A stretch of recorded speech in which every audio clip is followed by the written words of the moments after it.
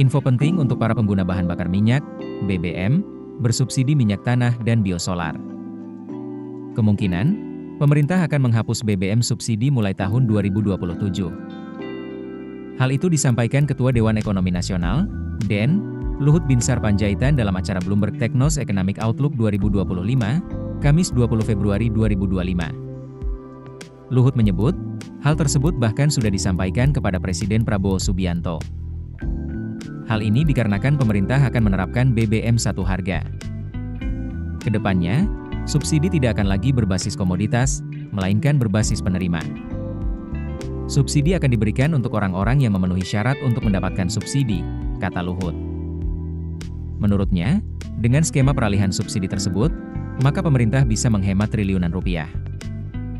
Anggaran subsidi BBM memang selalu besar setiap tahun. Anggaran subsidi energi di APBN 2025 sebesar Rp203,41 triliun. Dari jumlah itu, jumlah kuota subsidi BBM sebesar 0,525 juta kiloliter (KL) untuk minyak tanah dan solar 18,89 juta KL. Selamat malam Bu, perkenalkan nama saya Cempakaria Safitri dari kelompok 9. Kali ini saya akan menjelaskan materi mengenai analisis time series, implikasi dan kesimpulan dari materi dampak pencabutan subsidi solar 2022 pada produktivitas armada angkutan.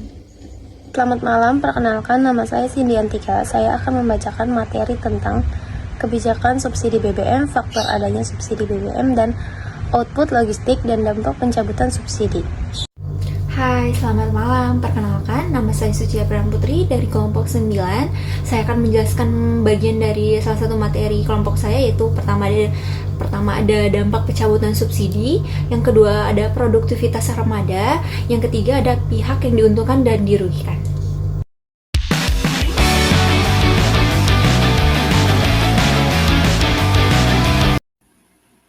Kebijakan subsidi BBM.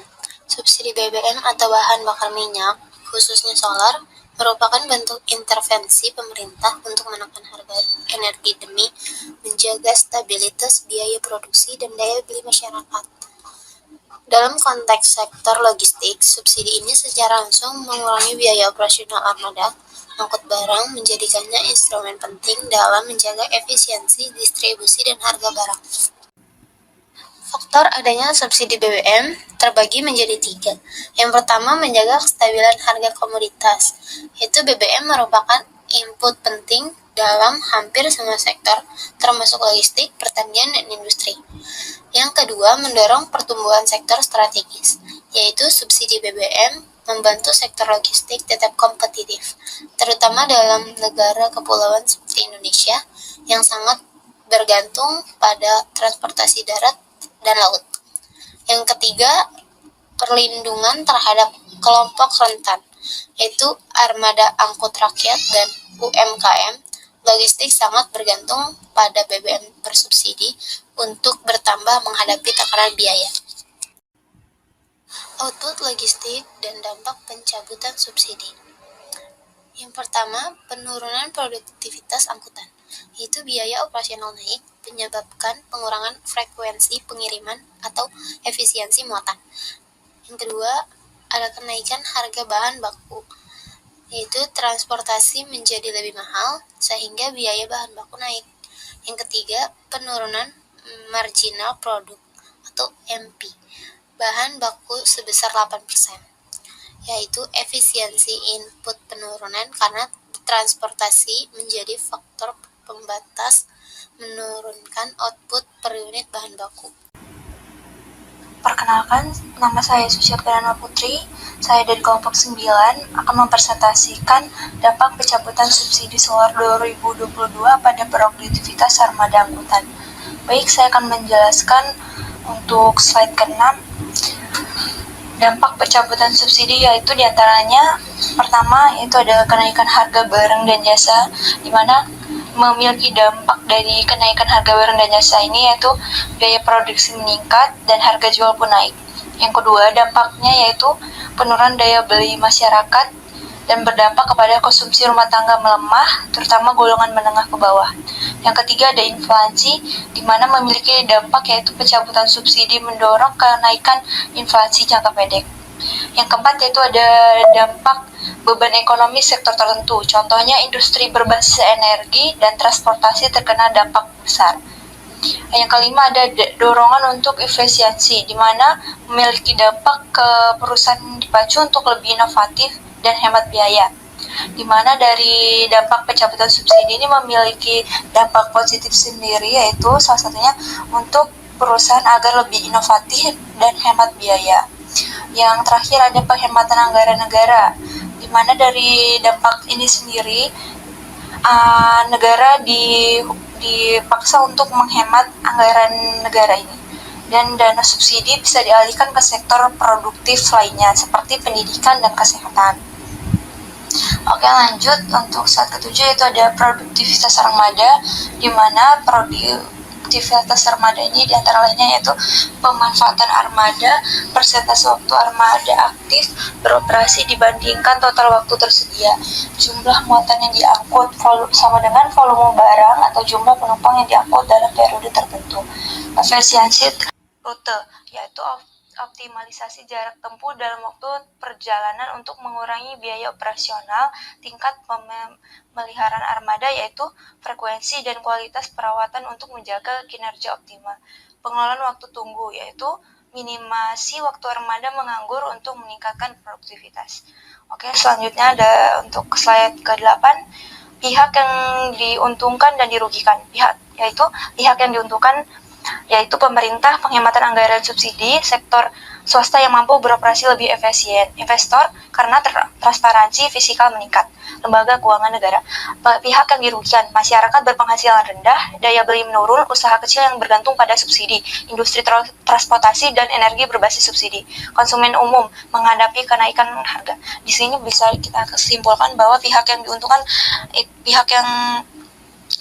itu lebih ke pemerintah dan lembaga keuangan negara karena dapat menghemat dan mengefisiensi anggaran dana untuk lebih hal produktif lainnya. Untuk pihak yang dirugikan lebih ke masyarakat berpenghasilan rendah dan usaha kecil yang bergantung pada subsidi. Oke, terima kasih. Analisis time series. Nah, ini adalah materi mengenai teknik analisis data untuk mempelajari pergerakan variabel di waktu tertentu. Dalam dunia ekonomi, analisis ini juga bisa digunakan untuk mengetahui besaran harga saham selanjutnya, kemudian tingkat penjualan suatu perusahaan, atau bahkan untuk meramalkan keputusan yang diambil oleh perusahaan apakah sudah sesuai atau belum. Bagi materi yang kita bahas mengenai dampak dari pencabutan solar, ada pun 3 tujuan dari analisis time series. Yang pertama yaitu untuk mengetahui perubahan harga. Nah, di sini adalah memprediksi bagaimana harga solar akan berubah setelah pencabutan yang mempengaruhi jumlah permintaan. Misal, harga sebelum pencabutan adalah 10.000, namun setelah pencabutan harganya mungkin bisa 12 atau 15.000. Ini juga mempengaruhi tingkat permintaan, karena bunyi hukum permintaan adalah jika harga tinggi maka jumlah permintaan rendah, dan jika harga rendah maka jumlah permintaan akan meningkat. Jadi, untuk perubahan harga ini sangat mempengaruhi banyaknya permintaan konsumen mengenai solar tersebut. Kedua, analisis dampak ekonomi. Kita memprediksi apakah pencabutan subsidi ini terhadap inflasi itu seperti apa dan pertumbuhan ekonominya bagaimana. Karena kita juga harus pertimbangkan ada masyarakat yang golongan mampu dan tidak mampu. Jika harga semua disamaratakan atau dicabut, maka kemungkinan banyak masyarakat yang tidak mampu dalam membeli bahan bakar ini dan mengganggu pertumbuhan ekonomi karena sulitnya untuk beraktivitas. Ketiga, analisis dampak sosial. Bagaimana pencabutan subsidi akan berpengaruh pada tingkat kemiskinan dan kesejahteraan masyarakat. Bayangkan banyak masyarakat yang kurang mampu namun mereka tidak bisa membeli bahan bakar ini. Artinya mereka tidak bisa bekerja. Contoh misal seperti ojek online. Nah, jika harga solar naik maka bahan bakar yang mereka gunakan juga akan meningkat. Jika ini terjadi terus-menerus, maka banyak dari mereka yang berhenti bekerja, yang artinya mereka tidak mampu mencukupi untuk kebutuhan sehari-harinya karena tidak adanya penghasilan. Ini juga akan berpengaruh terhadap tingginya tingkat kemiskinan di Indonesia. Langkah analisis time series. Kita akan belajar mengenai tahapan apa saja yang diperlukan untuk menganalisa dari dampak pencabutan subsidi solar. Yang pertama ada pengumpulan data, yakni konsumsi BBM solar oleh armada angkutan yang dibutuhkan dalam sebulan itu berapa liter. Kemudian jumlah perjalanan dalam sebulan, pendapatan dan biaya usaha angkutan. Jangan sampai setelah pencabutan jumlah biaya dari sektor armada angkutan tersebut meningkat sehingga mempengaruhi pendapatan. Kedua, proses data, penyesuaian musiman. Contohnya, misal bus, kemudian mobil sewaan, kereta, pesawat. Jika hari libur atau musim liburan mereka cenderung meningkat, sementara di hari biasa itu mereka cenderung sepi atau mungkin biasa saja. Nah, kita juga harus pertimbangkan berapa kebutuhan solar yang mereka perlukan, kemudian apakah akan berdampak signifikan terhadap jumlah permintaannya atau tidak. Kedua, normalisasi, apakah harga solar yang baru dengan yang lama itu masih normal atau tidak. Jangan sampai menyusahkan pihak yang membutuhkan. Ketiga, analisis deskriptif, yakni perbandingan sebelum dan sesudah 2022, yakni untuk harganya, apakah harga sebelum dan harga sekarang itu berubahnya signifikan atau tidak. Kemudian korelasi antara harga solar dan volume angkutan. Kita juga harus tahu dengan harga solar A dengan jumlah besaran volume angkutan A, apakah sesuai atau tidak. Dan jika dinaikkan, apakah harga solar B dan volume angkutan B itu terjadi penyesuaian atau tidak gitu. Atau mungkin bisa saja volume angkutan yang semakin berkurang karena harga solarnya tinggi. Keempat, interpretasi hasil. Apakah ada penurunan signifikan dalam produksi setelah subsidi dicabut? Kemudian apakah dampaknya bersifat jangka pendek atau jangka panjang? Karena ini berpengaruh pada semua sektor. Karena setiap sektor itu pasti membutuhkan yang namanya bahan bakar. Kalau harganya naik, maka mereka juga akan mempertimbangkan banyak hal gitu untuk melakukan sektor kegiatan usahanya. Implikasi pencabutan subsidi solar 2022 dalam produktivitas armada angkatan. Di sini kita akan menampilkan materi kemungkinan yang bisa sangat terjadi apabila terjadi pencabutan solar 2022 terhadap produktivitas armada angkutan. Pertama, ada kenaikan biaya operasional. Solar non-subsidi ini cenderung mahal sehingga biaya bahan bakar akan naik signifikan. Kenaikan BBM bisa mencapai 40-60% dari total biaya operasional angkutan. Jadi biayanya ini akan semakin besar. Untuk usaha skala kecil, paling terdampak karena ketergantungan tinggi pada subsidi. Nah, jika hal ini dibiarkan terus-menerus, maka banyak sektor usaha kecil yang akan tutup karena mereka tidak mampu untuk membiayai biaya operasional yang semakin besar. Nah, ini akan menyebabkan banyaknya pengangguran dan tingginya tingkat kemiskinan di Indonesia. Jadi, untuk pencabutan solar ini akan berdampak ya pada usaha-usaha skala kecil. Kemudian ada penurunan volume angkutan. Nah, biasanya angkutan akan mengurangi jumlah perjalanan trip, kemudian mengurangi armada yang beroperasi. Contohnya, misal kita naik angkot untuk yang jarak yang biasa kita tempuh dari A ke B, biasanya tuh dengan harga untuk orang dewasa misalnya 5.000. Tapi karena pencabutan solar, mungkin harganya naik misalnya menjadi 8.000. Nah, ini kan tentunya akan membebani si supir angkut juga dan penumpang juga karena harganya semakin mahal.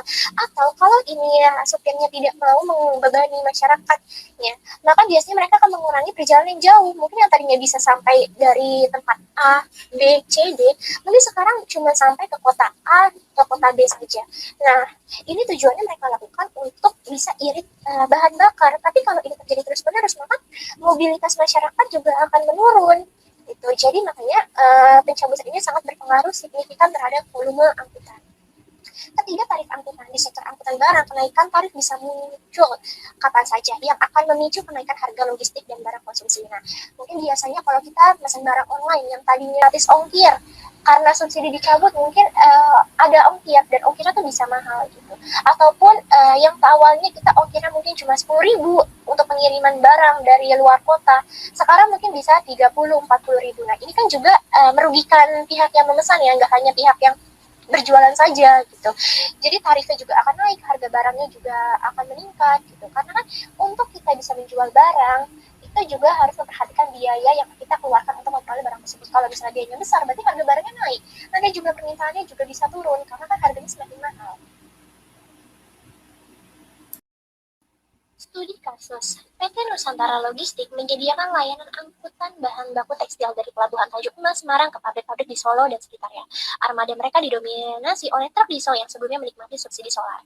Sebelum pencabutan subsidi 2021, harga solar yakni 5.150 per liter, biaya angkut per ton kilometer 1.200, biaya logistik per ton bahan baku rata-ratanya yakni 120 km menjadi 144.000, yang didapat dari 1.200 dikali 120. Untuk inputnya 1.000 ton bahan baku menghasilkan 950 ton kain jadi. Nah, MP bahan baku ini yakni 950 dibagi dengan 1.000 yakni 0,95.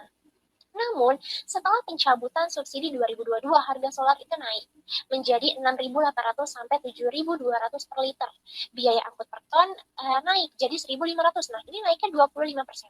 Untuk dapat 1.500 ini, yakni 25% dari yang awal 1.200 ditambah dengan 1.200 menghasilkan 1.500. Biaya logistik per ton bahan baku 180.000 didapat dari 120 km rata-rata dikali dengan harga solar non subsidi 6.800. Kenaikan biaya menyebabkan pengiriman jarang, produksi juga terganggu, karena mereka juga harus irit akan bahan bakar yang mahal itu. Output turun menjadi 874 ton dari 1.000 ton bahan baku. MP bahan baku yakni turun ke 0,874. Nah, penurunan ini sebesar 8%. Nah, kalau hal ini dibiarkan terus-menerus, maka sektor logistik juga akan terganggu. Pengiriman barang akan semakin lama, kemudian harganya juga meningkat. Kalau dibiarkan terus-menerus, maka banyak masyarakat yang banyak yang tidak membeli barang ya, karena harganya menjadi mahal. Kemudian sektor logistik juga banyak yang tutup, menyebabkan tingginya tingkat pengangguran. Kesimpulan dari materi kami yakni analisis time series menunjukkan bahwa hal ini berkontribusi pada penurunan produktivitas logistik, tercermin dalam turunnya marginal produk atau MP bahan baku sebesar 8% karena biaya transportasi yang lebih tinggi menyebabkan hasil output dari bahan baku yang sama menjadi lebih rendah. Jadi untuk pencabutan subsidi solar ini harus lebih dipertimbangkan kembali karena menyangkut banyak sektor industri. Ataupun jika memang benar-benar ini diterapkan harus dipilah lagi. Mana yang untuk kebutuhan pribadi dan untuk kebutuhan industri. Mana yang untuk masyarakat golongan mampu dan tidak mampu. Sehingga pencabutan subsidi solar ini bisa berlaku secara efisien dan efektif untuk semua golongan.